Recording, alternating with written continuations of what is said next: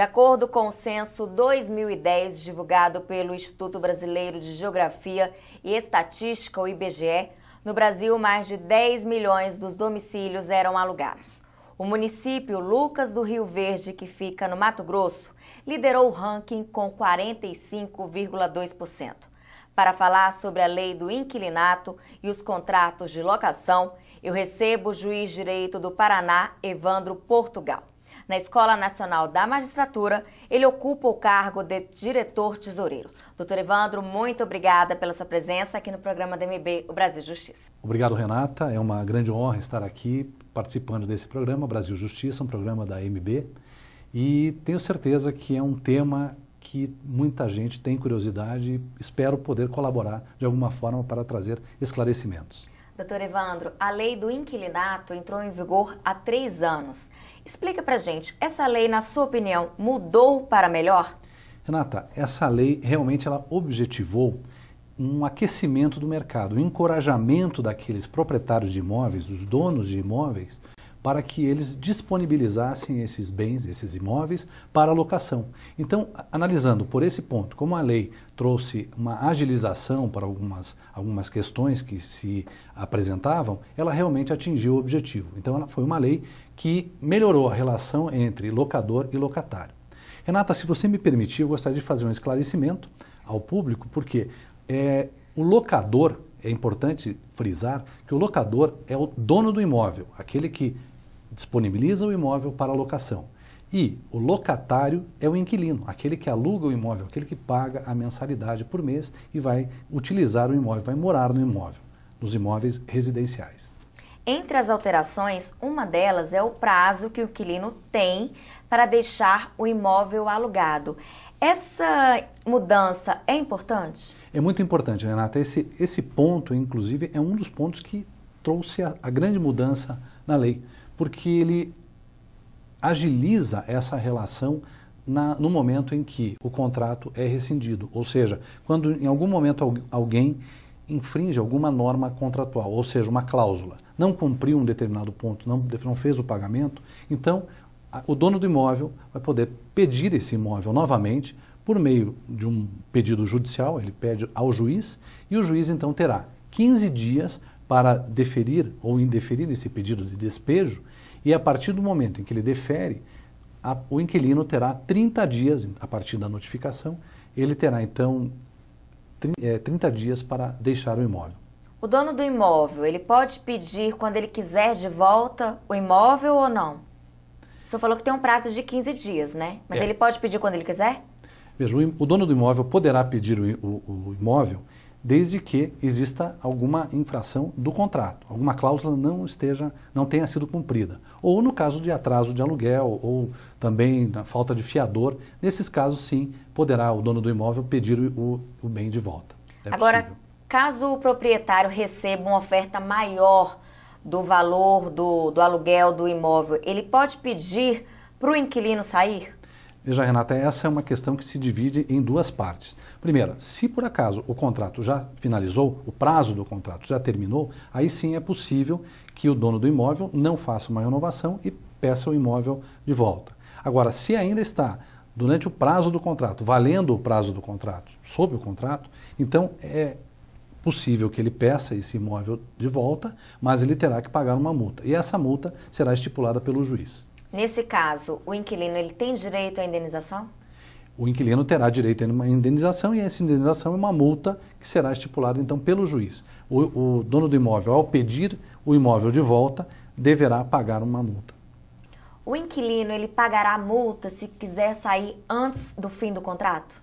Renata, sim, ele pagará a multa, mas uma alteração da lei faz com que ele só pague essa multa proporcionalmente ao tempo em que ele ainda tem de contrato. Essa já foi um diferencial da lei. Só lembrando que o inquilino é aquele que paga o aluguel ao dono do imóvel. Então, ele vai pagar, se ele quiser sair antes do fim do contrato, ele pode sair, mas ele vai pagar uma multa que é proporcional ao tempo que ele ainda tem, que ainda falta para o término do contrato. Isso foi um avanço muito bom e que a lei trouxe como uma proporcionalidade, um equilíbrio nos contratos, nas relações entre locador e locatário. quando houver atraso no pagamento, o que o proprietário deve fazer? Procurar quem? Veja, é importante que essa relação entre o dono do imóvel e o inquilino seja com uma comunicação aberta. Não sendo possível uma comunicação aberta ou por meio de uma imobiliária, o que poderá fazer o dono do imóvel, num caso de atraso de pagamento, por exemplo, Renata, ele poderá fazer uma notificação extrajudicial por meio de um cartório, em que ele comunicará que existe o atraso e pede para que a solução seja dada num prazo X. Se esse prazo estipulado não for cumprido, um prazo de 10 dias, 15 dias, não for cumprido, então sim ele poderá fazer o pedido daí diretamente ao Poder Judiciário. Ele vai formalizar um pedido, um requerimento ao juiz. E o juiz, então, determinará então, uma intimação, fará uma intimação para que ele deixe o imóvel. Essa ordem de despejo que o juiz faz, então ele determina que se deixe o imóvel no prazo de até 30 dias.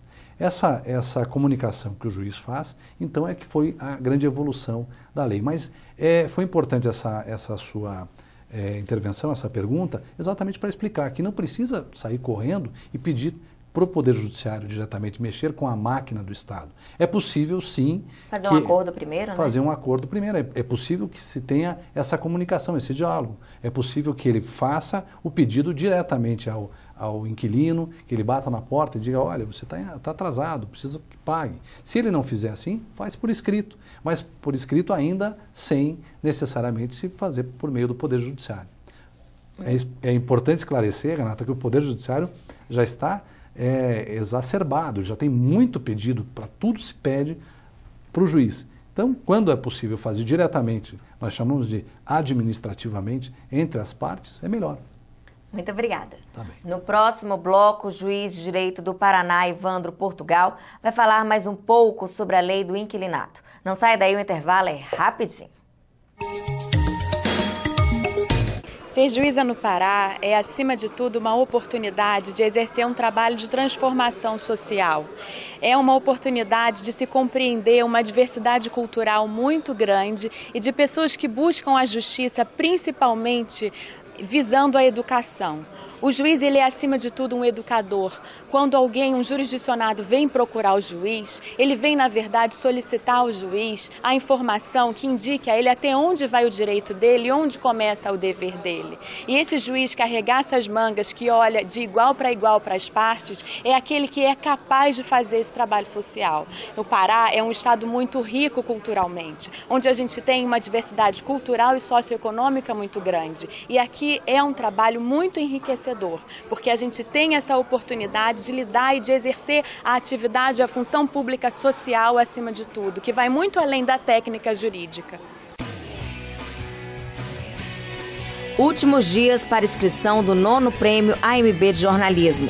Os interessados em participar têm até o dia 28 de fevereiro para encaminhar seus trabalhos para a sede da AMB em Brasília. A novidade é a categoria Mídias das Assessorias dos Tribunais. Também fazem parte mídia impressa, telejornalismo, radiojornalismo, fotojornalismo, webjornalismo, mídia regional, mídia das assessorias das associações filiadas à AMB, especial Patrícia Cioli, combate ao crime organizado e segurança de magistrados e dos fóruns. Mais informações no site amb.com.br/prêmio/2012.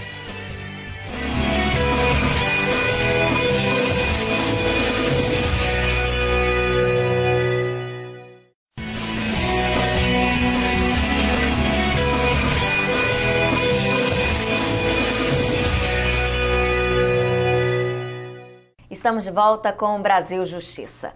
No primeiro bloco, o juiz de direito do Paraná, Evandro Portugal, falou sobre as alterações da lei do inquilinato. Agora ele vai dar continuidade ao assunto. Doutor Evandro, como é que ficou a questão do fiador?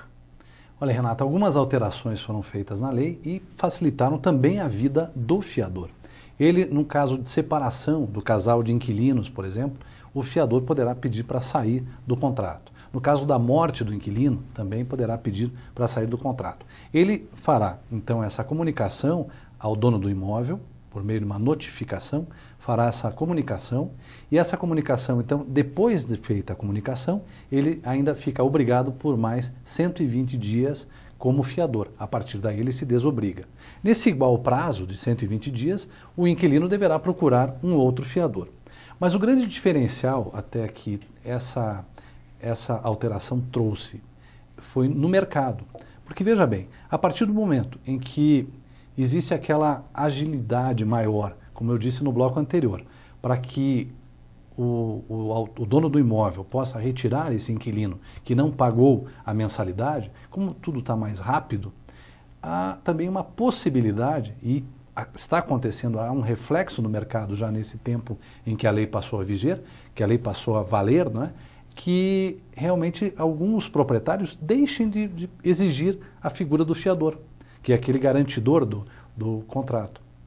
Então, o mercado está ficando um pouquinho mais leve, as pessoas não estão exigindo tanto o fiador como uma amarra, uma dificuldade que às vezes o inquilino tem para poder formalizar o contrato. Então, ficou mais fácil realmente. Algumas pessoas ficam sem saber sobre o pagamento do IPTU. A obrigação do pagamento é do inquilino ou do dono do imóvel? Veja, lembrando então que o dono do imóvel é o locador e o inquilino é o locatário. No contrato, Renata, é possível que numa conversa se estipule quem será o responsável pelo pagamento do imposto, do IPTU, que é o Imposto Predial e Territorial Urbano. É um imposto municipal que se paga, gerado pela propriedade do imóvel, né? Então, antigamente, antes da nova lei, o responsável era o proprietário. Agora, há essa possibilidade de composição no contrato para que a responsabilidade caia ou em um ou em outro.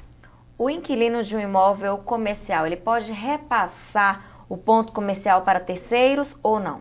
Não, essa responsabilidade, ou seja, essa incumbência de passar o ponto, passar o imóvel, é do proprietário do imóvel. Ele pode até, por meio de uma procuração, delegar esse poder a uma imobiliária, como normalmente é feito, mas é um direito que quem tem é o proprietário do imóvel. Há uma tendência de redução do aluguel com essa nova lei? Como eu falei lá no começo, Renata, eu acho que há sim, e se reflete um pouco no mercado, já está começando a dar resultado essa alteração legal. Ou seja, há um encorajamento, dos proprietários de imóvel para que eles coloquem os bens para alocação no mercado. Então, mais donos de imóvel, colocando mais imóveis, mais bens, mais casas e apartamentos para alocação, vão fazer com que a oferta fique maior e há uma tendência de que cada vez mais fique mais barato. Também o risco para que se possa retirar um inquilino que não paga de dentro de um imóvel sendo menor, também é possível. Como o risco é menor, também é possível se cobrar um valor um pouco mais baixo dentro desses imóveis. Não havendo tanto risco, fica mais fácil para o dono do imóvel e ele vai poder cobrar um valor mais justo, mais barato. Como ficam os contratos anteriores com a nova lei? Veja, os contratos que são anteriores a janeiro de 2010, 25 de janeiro de 2010, ainda não são atingidos pela nova lei. Mas os contratos que foram feitos e formalizados a partir de 25 de janeiro de 2010, esses já podem ser feitos e valendo-se dessas reformas que alteraram a lei do inquilinato. Doutor Evandro, há uma demanda muito grande em relação aos contratos de aluguéis? Veja, Renata, nesse Brasil todo, como você falou no início, há um grande número de imóveis locados. Muitas pessoas vivem em imóveis e pagando aluguel. Então, há uma tendência muito grande que, em alguns casos, não seja possível pagar o aluguel ou a rescisão de um contrato por qualquer outro motivo, ou a morte de um inquilino em que os familiares não querem deixar o imóvel. E isso acontece diariamente em todo o Brasil. Então, é muito comum que as partes dentro desses contratos de aluguel, em algum momento, batam as portas do judiciário para pedir alguma coisa.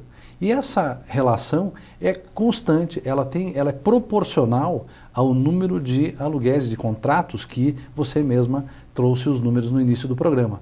Então, é importante que os nossos espectadores, telespectadores, que estão assistindo o programa, tenham essa tranquilidade de saber que os juízes e o Poder Judiciário poderá dar o atendimento com a base legal, com essa nova lei, para que agilize essa demanda necessária. Ou seja, sempre que houver uma relação de descumprimento de contrato, ou por parte do dono do imóvel, exigindo a saída de forma injusta daquele que aluga o imóvel, ou por parte daquele que paga o aluguel, que é o inquilino, que é o locatário, que escolheu o imóvel, fez um contrato e que de alguma forma não pôde dar cumprimento, então essa relação acaba sendo comum no Poder Judiciário. Vários juízes de varas do Brasil inteiro, sempre com uma constância muito grande, têm que enfrentar essas questões e dar essas ordens, determinar as ordens de despejo, determinando que as pessoas saiam do imóvel ou aplicando multas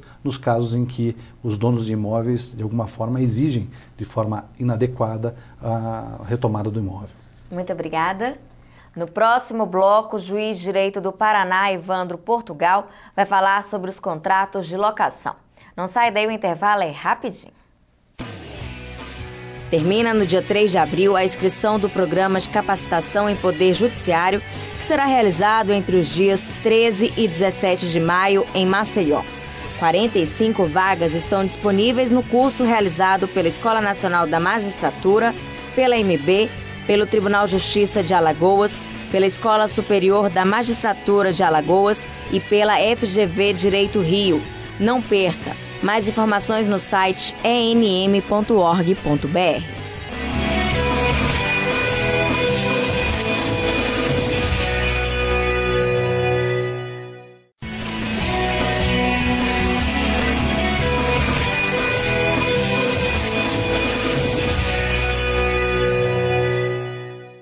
Estamos de volta com o programa da MB, o Brasil Justiça. Nos 2 blocos anteriores, o juiz de direito do Paraná, Evandro Portugal, explicou sobre as alterações da lei do inquilinato. Agora vamos falar dos contratos de locação. Doutor Evandro, com relação às benfeitorias dos imóveis, como é que elas funcionam?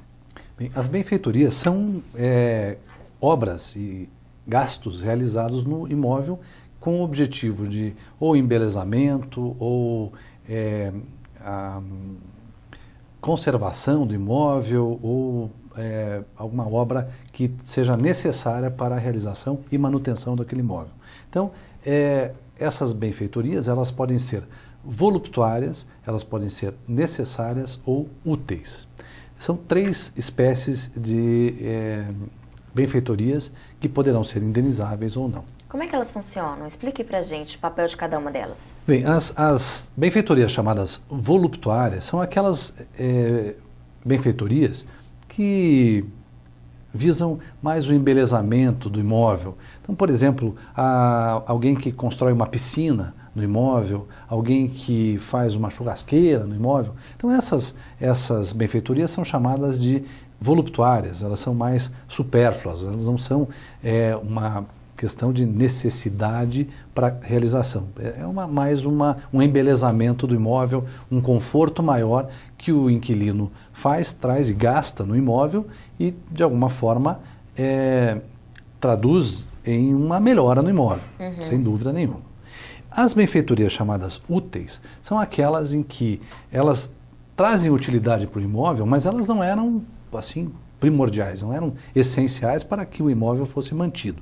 Por exemplo, alguém que faz uma ampliação, uma garagem, uma laje, aumenta de alguma forma uma varanda, isso tudo, o fechamento de uma sacada, por exemplo, de um edifício, tudo isso é obra, mas que também, de alguma forma, melhora o imóvel, mas que não era essencial para que o imóvel fosse mantido. E as benfeitorias chamadas necessárias, essas benfeitorias são aquelas que são primordiais. Por exemplo, se acontece um destelhamento de um imóvel, ou a infiltração de um determinado imóvel, uma parede que possa vir a cair, e o inquilino, então, deve fazer aquela obra para manter o imóvel, para que ele se sustente, não é? Há uma diferença que é fácil de se reconhecer entre um tipo de benfeitoria e outra. E aí que vem uma previsão de indenização. E se o dono do imóvel não concordar com essas benfeitorias? Veja, Existem as 3 espécies de benfeitorias, as voluptuárias, úteis e necessárias. Se por acaso o dono do imóvel for consultado a respeito dessa construção de uma piscina, por exemplo, e ele entender que aquela construção vai realmente resultar num ganho para o imóvel e concordar com o inquilino, ele poderá até suportar essa despesa. Mas ele tem que ser consultado e deve ter uma concordância por parte dele. Se ele não concordar, o inquilino pode até fazer, mas ele não vai ter o direito a ser indenizado pelo valor daquele bem. Isso é questão até que se pode discutir futuramente, mas não contratualmente. Então, no contrato tem que ter essa previsão ou não para isso, e essa consulta pode ser feita. No caso da benfeitoria útil, ela fica num meio termo, porque ela vai valorizar o imóvel, houve uma ampliação, mas é sempre muito importante que o inquilino, ao pretender fazer uma obra dessa, antes consulte o dono do imóvel. É sempre importante isso, porque essa comunicação, como eu falei lá atrás, no caso da notificação, é sempre muito importante que exista a comunicação entre um e outro, para que as autorizações sejam feitas. Afinal, um é dono do imóvel e outro se utiliza do imóvel. Então, essa comunicação nunca deve ser rompida. Sempre que possível, é bom um comunicar ao outro o que pretende fazer. Já aquela última espécie, que é a benfeitoria chamada necessária, essa até independeria da comunicação, principalmente quando há uma necessidade de urgência, né? Como eu falei do destelhamento, por exemplo, de uma casa em que ele vai ter que refazer um telhado. Isso é uma questão que não tem como aguardar um prazo para que o dono do imóvel se manifeste, né? É uma urgência, está chovendo, precisa cobrir. Então, esses casos são as necessárias, e daí sim poderá o inquilino que fez aquele gasto, que gastou para a manutenção do imóvel, ser indenizado, ser reembolsado desses valores. O contrato do imóvel ele pode ser rescindido em qual situação? Veja, o contrato ele pode ser rescindido no caso de, por exemplo, não pagamento de um aluguel por parte do inquilino. Então ele vai poder pedir o imóvel de volta, como nós falamos, num prazo em que o juiz determinará um prazo máximo de 15 dias, e ele terá então obtenção do imóvel num prazo de 30 dias a partir da comunicação do juízo ao dono do imóvel. Esse é um caso. No caso, por exemplo, também da falta de um fiador, Renata, se por acaso o fiador sair do contrato, como nós falamos no caso de separação, ou o fiador morrer, isso tudo é possível que aconteça, nós todos sabemos que isso acontece diariamente. Então o que acontece? Nesses casos é possível sim que o contrato seja rescindido. Também, como você fez uma pergunta lá atrás, com relação à intenção do dono do imóvel de pegar o imóvel de volta a qualquer momento. Sim, ele é possível pedir o imóvel de volta, faria a rescisão do contrato, mas ele terá que pagar uma multa por isso. Essa multa será estipulada pelo Poder Judiciário. Então, esse rompimento, Renata, pode acontecer, sim.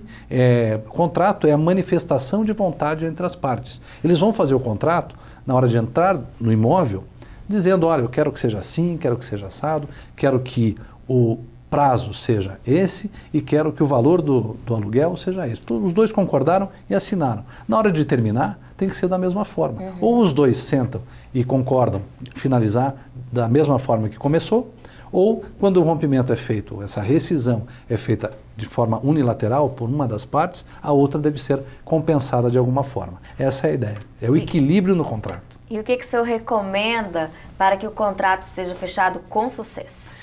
Olha, o termo eu acho que é equilíbrio, é comunicação, é para que as partes sempre se comuniquem, que as partes tenham essa liberdade de manifestar qual é o interesse que ele tem. O objetivo do meu contrato é esse, eu quero que ele comece e termine assim. Então, ele vai poder manifestar esse interesse no contrato, falando para o dono do imóvel, assim como o dono do imóvel vai explicar o que ele quer, quais são as garantias que ele precisa, e ele vai explicar também, eu como dono do imóvel quero te alugar o bem, quero que você vá morar lá, mas eu quero também que você não deixe de me pagar, quero que você não estrague minha casa, e para isso eu preciso de umas garantias. E essas garantias, então, é que ele vai transferir para o contrato. E essa manifestação de vontade, essa comunicação e esse equilíbrio, eu acho que é o grande segredo do sucesso, como foi o termo que você usou. Eu penso que Comunicação talvez seja o segredo. E sempre de forma aberta, sempre que precisar, as partes devem conversar, mesmo com uma necessidade de alteração durante o contrato. Não há nada que impeça que as partes sentem e reformulem um contrato já feito. Nunca faltar o bom senso, né? Sempre o bom senso prevalecendo. Isso mesmo, Renata. Obrigada. Chegou a hora da gente conhecer no quadro Vida de Juiz um pouco da trajetória dos magistrados. Meu nome é Rogério Gesta Leal, eu sou desembargador do Tribunal de Justiça do Rio Grande do Sul. A magistratura foi uma escolha muito consciente, tendo em vista a possibilidade não só de contribuir para que a justiça se dê para a comunidade e o jurisdicionado de uma forma efetiva, ágil e satisfativa, mas também por entender que esta é uma missão e uma contribuição social de extrema importância, não só para o país, mas para a própria democracia.